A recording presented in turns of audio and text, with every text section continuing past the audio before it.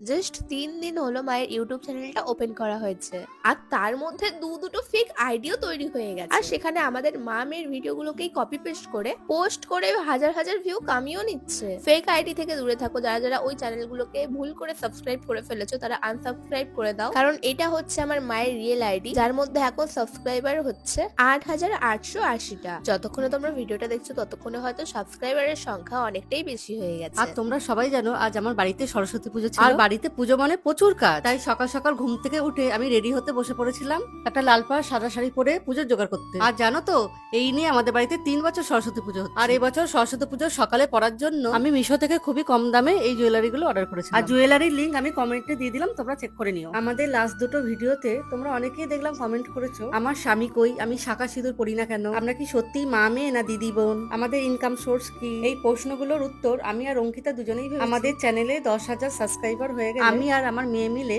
একটা কিউএন এর ভিডিও বানিয়ে সবকিছু বলে দেবো। তাই তোমরা যারা এখনো আমাদের এই মা মেয়ের আড্ডা চ্যানেলটা সাবস্ক্রাইব করোনি তারা এক্ষুনি সাবস্ক্রাইব করে নিও, যাতে কিউএন এর ভিডিওটা পোস্ট করার সাথে সাথে তোমাদের কাছে সবার আগে নোটিফিকেশন পৌঁছে যায়। আর এইদিকে দেখো তোমাদের সাথে কথা বলতে বলতে আমি কিন্তু পুজোর সমস্ত জোগাড় করে ফেলেছি। আর তারপরে আমি আমার মেয়ে বাড়ির সবাইকে নিয়ে পুজো করতে বসে পড়ি। আচ্ছা তোমরা এবছর সরস্বতী পুজোটা কেমন কাটালে তোমরা কিন্তু আমাকে অবশ্যই জানিও। যাই হোক চলো আমাদের এই মিনি ভ্লগটা আমরা এই পর্যন্তই রাখলাম, দেখা হচ্ছে তোমাদের সাথে নেক্সট ভিডিওতে।